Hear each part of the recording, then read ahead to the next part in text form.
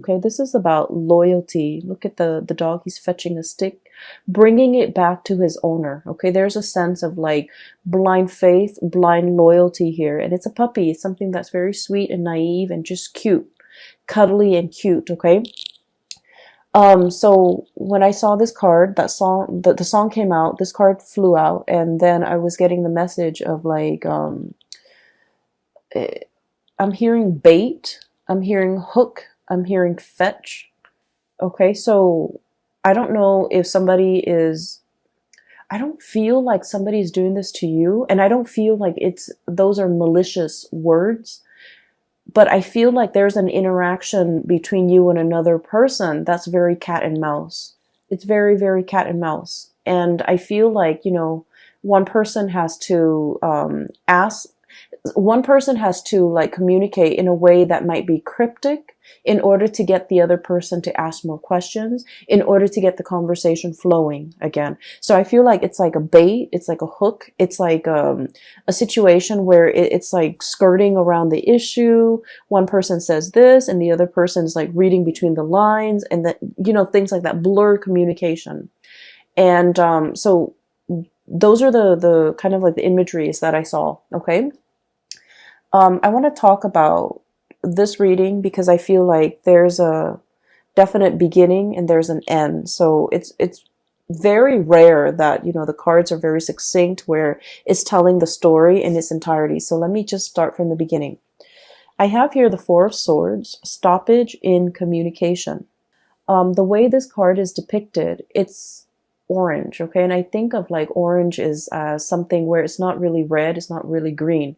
It's like slow down, right? Like that yellow light or the orange sign or the orange color, it's like in between the spectrum, hot and cold.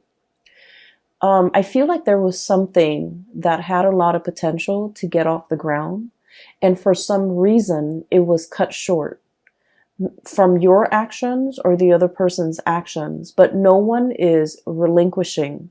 I mentioned to you guys that you guys are very, very, very, very stubborn. Okay. Once you have your mind made up about something, a course of action, a decision, I just feel like you don't really give. Okay. So there's a situation where the strings are like, taut. Okay. The strings are just extended. And if it's like a tug of war, nobody's really winning. And so what needs to happen in a situation where there's a stalemate in a tug of war game is, you splice it right down the middle and both sides fall down. Because that's what I feel. It's like no one is willing to relinquish control. No one's willing to compromise. No one is willing to let the other person win. And so if you slice the cord down the middle, both sides, have been pulling with all their might, they're going to collapse within themselves. So there's a situation here. It hasn't been spliced yet, but it's getting very, very close. It's like a tenuous situation where we have to learn to compromise, where we have to learn to give, where we have to learn to like give the other person some leeway, give the situation some leeway. But more than anything, it's a reflection of yourself too, giving yourself some slack, okay? Not running yourself too ragged to the ground in order to fix situations. Giving yourself some slack, maybe even letting the situation rest so that you can revisit it another time to resolve the situation. Does that make sense? So I feel like there's a stalemate here. And the stalemate has created some type of animosity between you and another person where you're feeling the pains of separation. Three of Swords, okay? So we're going from a Four of Swords, Three of Swords. This is I feel like it's very momentary. I feel like it's very momentary. Is that even a word? I'm thinking momentary, but I'm like, my mind is like monetary. It could be like financially related where you're not giving slack to the other person. For some of you, if this is like a divorce proceeding, a separation or something like that, you're trying to iron out your financial assets and you're just like, I don't want the other person to get anything. or the other person could be doing this to you, you know, not wanting you to get the house, not wanting you to get the kids, not wanting you to, you know, just, I'm feeling that. It feels a little uncomfortable. Okay. Financial assets. No one is really compromising. But going back to my original train of thoughts, I feel like this is very temporary. Okay. So the word is not monetary, or momentary, but very temporary. Because we're descending, okay? Four of Swords to the Three of Swords, and then it's going to be the Two of Swords, stalemate, revisiting a situation, mulling things over, and then the Ace of Swords, where things will start to, the two of you will start to communicate again. So what I'm seeing here with this Three of Swords is there's a tremendous sense about missing another person. The other person really misses your presence, your communication. You likewise, no matter how stubborn you can be, you really miss the other person, what they bring into the picture, their insights, their perspective. You really miss the perspective that the other person brings into the picture. You might have a problem and then they would say something that makes your problem seem very, very minuscule. Okay? Not that they try to belittle you or downplay your problems. It's just they have a really high vantage point. Okay? So for example, if you're complaining, and like I said, they're not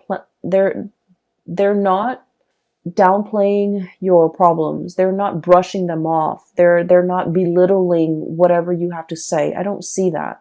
I just feel like you're dealing with someone who sees the bigger picture. Okay.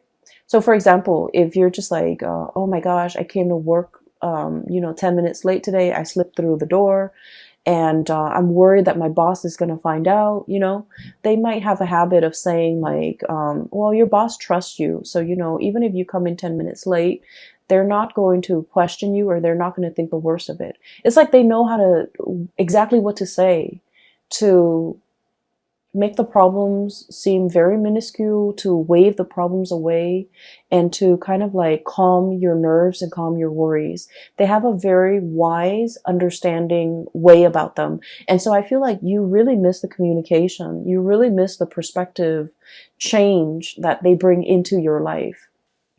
And then I also feel like there was a situation here where there was definitely a big stalemate, okay? Somebody feels a little bit attacked. Somebody feels like we're talking, it's like things taken out of context, things just escalating right before your eyes, and you don't even know how it got that big. And so I feel like, I'm seeing almost like a balloon where it just balloons out of control and it needs to be popped. Okay. So the question needs to be popped, or like the circumstance, the distance needs to be bridged between the two of you, or there's something here where the communication will start up again. I feel like we have here the Seven of Cups. In the traditional Rider-Waite deck, this is like, online type of communication. There might have been a stoppage in communication when it comes to, the things that you do online. Okay. Text messages even. I'm hearing Skype, and I'm also hearing like emails and things like that. Okay. And so you might be wondering what the other person is doing.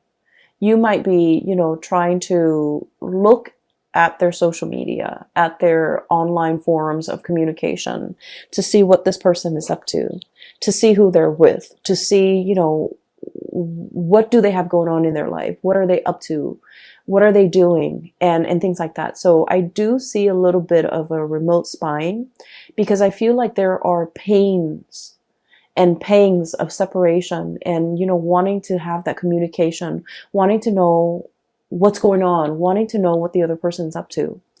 And so what's happening here is I feel like this situation is going to smooth itself out, because if you have had trouble seeing eye to eye with this Three of Swords, there's going to be a coming back together, Three of Pentacles, exchange of ideas, talking about things. So I feel like things are being replaced, okay?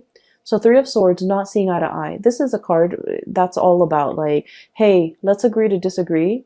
We know we're never going to see things from the same perspective, but we can build something of value based on our differences in perspective. And so I feel like there's communication here. And this is where I feel like there's a bait, or there's like a hook, or there's somebody trying to pull the other person back in. So all is not lost, okay, Taurus?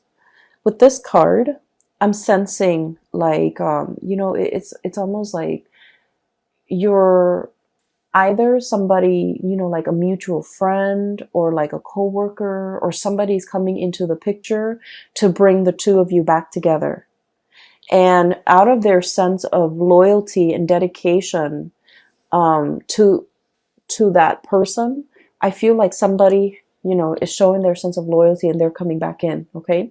So this is why I mentioned the reading's a little bit difficult, because I feel like it's very cat and mouse. It's very like, we haven't been communicating for a while and I really want us to be okay again. I don't know how to make small talk. I don't know how to broach the topic. I don't know how to get the other person to come back.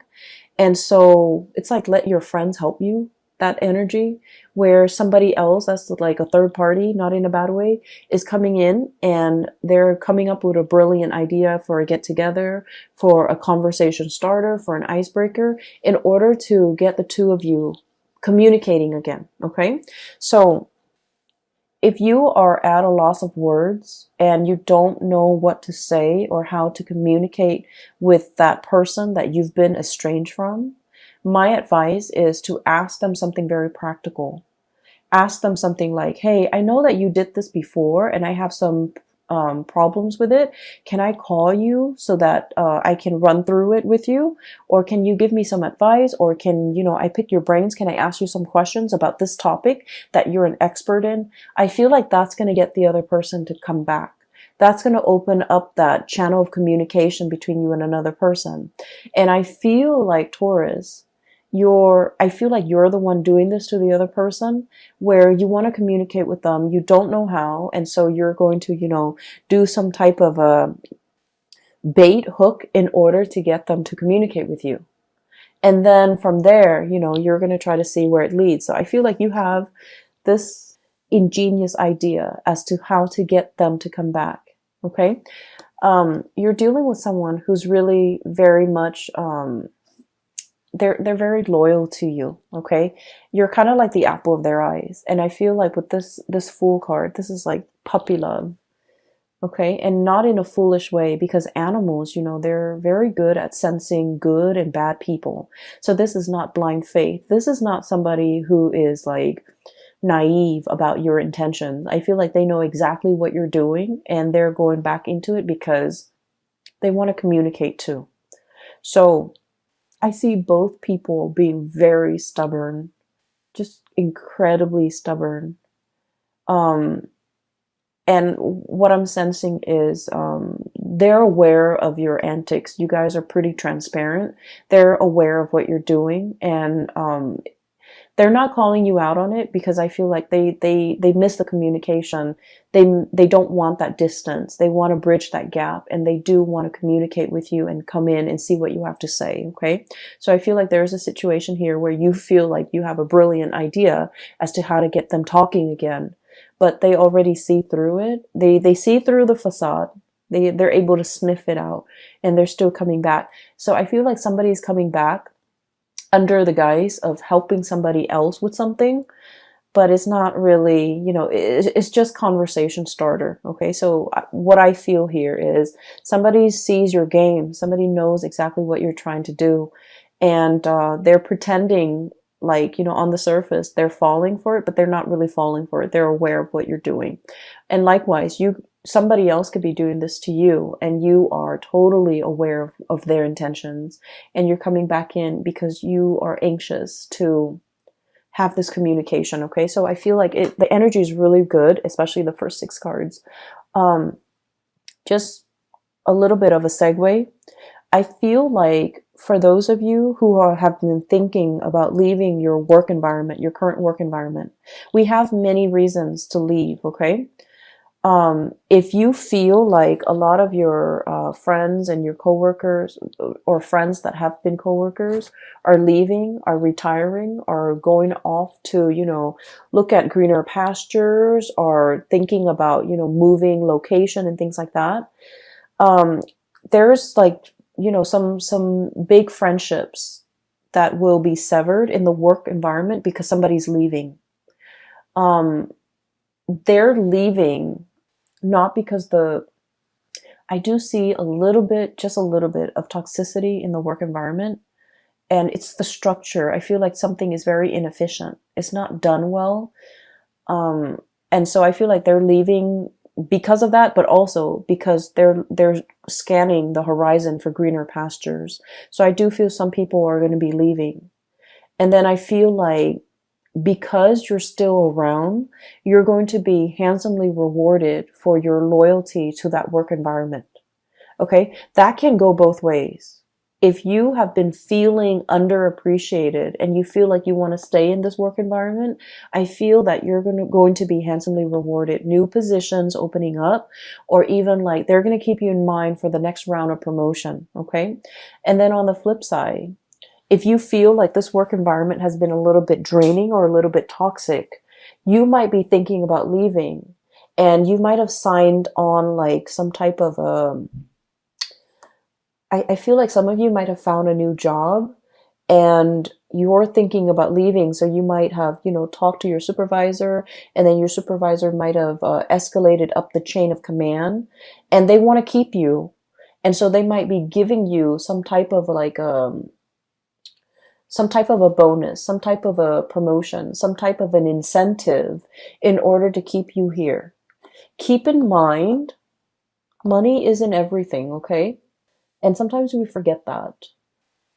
I just feel like you made up your mind to leave for a reason. You had very, very good reasons. And I do sense for many of you, it's a toxic work environment, or it's a work environment where you felt, I almost feel like a sense of ethics, like it's a breach of ethics.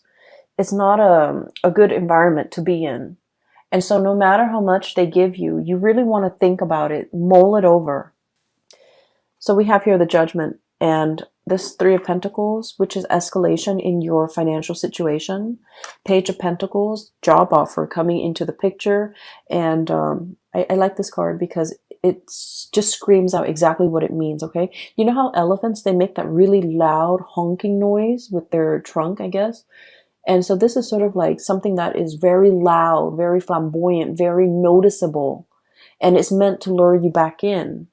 And so you might have, your own sense of loyalty. You guys are also extremely loyal, and you might be wanting to run back in, but you have to really understand why you decided to leave it in the first place. So even if they're offering you all this incentive, like financial incentive to stay and new positions, the work situation is going to be the same. It's the same environment. Do you still want to stay in it?